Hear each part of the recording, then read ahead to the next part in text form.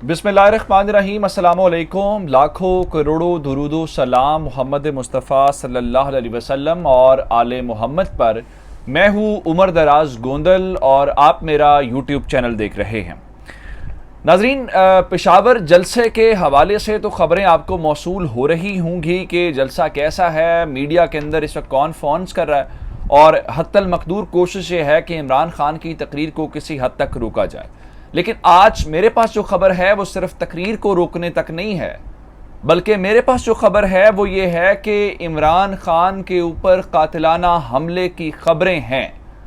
आखिर कौन ताकत इसके पीछे है और ये क्लेम कहां से किया गया है, और अब पाकिस्तान के जो सिक्योरिटी इदारे हैं ये उनका बहुत बड़ा इम्तिहान है। क्या वो जहां से ये सारा कुछ प्लान है, जहां से ये चीज़ें हो रही हैं, क्या उनके ऊपर हम हाथ डालने की सलाहियत रखते हैं? क्या हम उनके ऊपर हाथ डाल सकते हैं? पहले मेरे पास खबर ये है।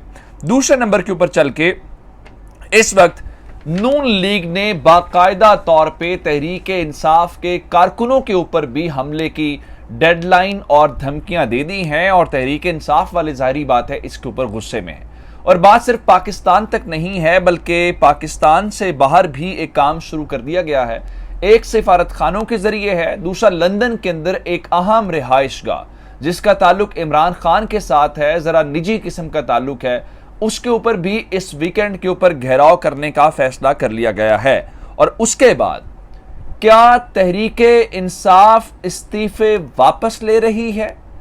क्या तहरीक इंसाफ के इस्तीफे कबूल नहीं किए जाएंगे? क्या दोबारा 2014 वाला खेल शुरू हो गया है कि इस्तीफे खेले तो जाएंगे, लेकिन ना इस्तीफे मंजूर होंगे ना मंजूर करवाए जाएंगे? और आज इस्लामाबाद में एक और हुकूमत की जो मुकर्रर करदा शख्सियत है उनसे इस्तीफा ले लिया गया है।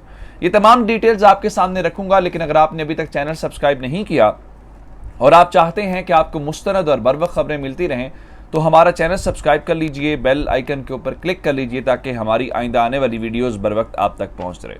पेशावर जलसा इस वक्त चल रहा है और ये हुकूमत ख़त्म होने के बाद तहरीक इंसाफ का पहला बड़ा जलसा है, जो अवामी राब्ता मुहिम भी कह सकते हैं, जो आप पावर शो भी कह सकते हैं। और बुनियादी तौर पर तहरीक इंसाफ अपना ही रिकॉर्ड तोड़ रही है।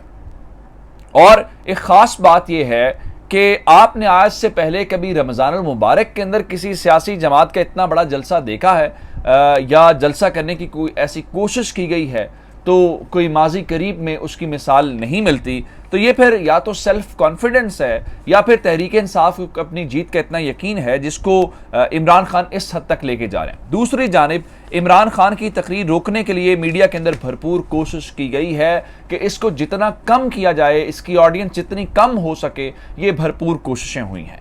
अब दूसरी जानिब जिन्होंने इमरान खान की हुकूमत ख़त्म करवाई, आपका क्या ख्याल है? उनका मकसद सिर्फ इतना ही था कि इमरान खान की हुकूमत ख़त्म कर दी जाए और अल्लाह और खैर सला। मैं आपको एक ये जो इतवार के रोज़ तहरीक इंसाफ ने मुल्क भर के अंदर एहतजाज किया, उसके अंदर एक पोस्टर याद करवाना चाहता हूँ। उसके अंदर एक बुजुर्ग ने पोस्टर थामा हुआ था जिसपे उन्होंने कहा कि मैंने भुट्टो को खोया, मेरे कौम के बच्चों कहीं इमरान खान को ना खो देना। ये खदशा तो कहीं पे मौजूद था, पहले से ही खदशा मौजूद था, और उसकी वजह यह है कि वो आलमी ताकतें जो उनको ललकारते हैं, उनको इबरत का निशाना बनाने की कोशिश भी करते हैं और माजी के अंदर मिसालें कायम भी कर चुके हैं ताकि आइंदा कोई ऐसा शख्स जो है वो जुर्रत ना कर सके। फिर इमरान खान जैसा शख्स जो है उसको तो सबक सिखाना बहुत ज़्यादा ज़रूरी है ताकि पाकिस्तान के अंदर और किसी को खुद मुख्तारी, कौमी गैरत और अमरीका को ललकारने की जुर्रत पैदा ना हो। अब इस वक्त इमरान खान पर कातिलाना हमले की खबरें हैं, और ये खबरें कहाँ से आई हैं, ये कौन खबरें दे रहा है? ये खबरें पाकिस्तान के former interior minister Sheikh Rashid ने दी है, जो वजीर दाखिला हैं। चूँकि वजारत दाखिला के पास इंटेलिजेंस भी होती है, उनके पास मुख्तलिफ इदारे भी उनके मातहत होते हैं, तो जो तमाम चीज़ें आती हैं वो सबसे पहले वजारत दाखिला से होती हुई वज़ीर आज़म के टेबल के ऊपर जाती हैं।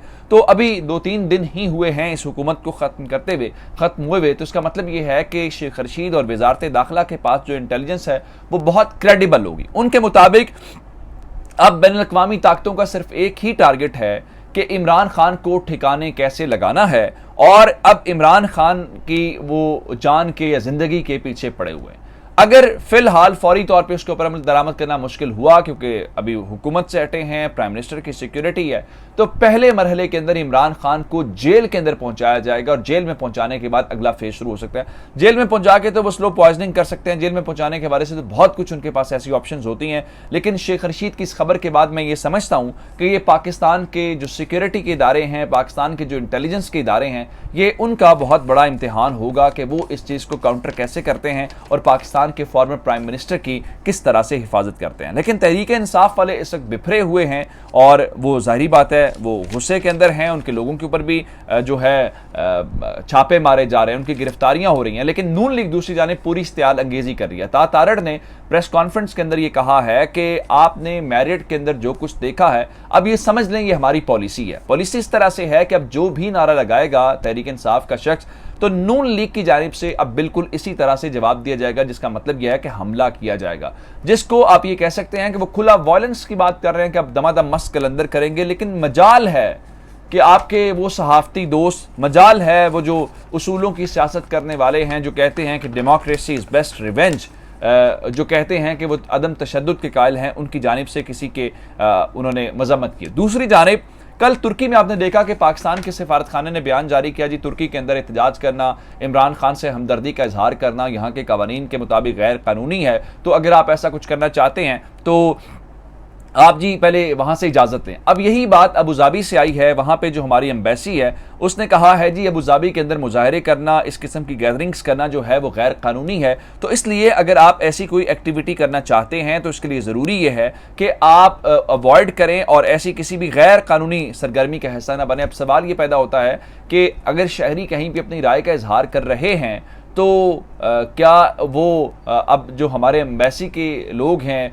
जो हमारे डिप्लोमेट्स हैं, क्या वो शरीफ ख़ानदान को सर्व करेंगे या पाकिस्तान के साथ खड़े हैं, जिसके अंदर जारी बात है नून लीग के हामी भी हैं और तहरीक इंसाफ के हामी भी है। अब उसके बाद एक और गंदगी का एक नया फेज शुरू करने का फैसला किया गया है जी, वो ये है कि नवाज शरीफ के घर के बाहर ये एहतजाज क्यों किया गया है, तो इसलिए इसका बदला लिया जाना है। वो बदला कैसे लिया जाना है? वो बदला ऐसे लिया जाना है जी कि जो इमरान खान की साबिका अहलिया हैं जमाइमा गोल्डस्मिथ, चूंकि वो लंदन के अंदर रहती हैं, तो इस वीकेंड के इख्तिताम के ऊपर ये फैसला किया गया है कि जो जमाइमा गोल्डस्मिथ हैं उनके घर का घेराव किया जाए और वहां पे जाके जो है वो नारेबाजी की जाए ताकि इमरान खान से बदला लिया जाए। अब ये किस किस्म की सियासत है, अब ये किस किस्म का रवैया है, ये नून लीग के दोस्त ही बता सकते हैं। दूसरी जानिब एक और मैं आपके अयाज सादिक की बात याद दिलाना चाहता हूं। 2014 के अंदर तहरीक इंसाफ ने इस्तीफे दिए, उन्होंने कहा नहीं जी मैं इंडिविजुअल जो है वो इस्तीफों की तस्दीक चाहता हूं, तो वो मामला लटक गया।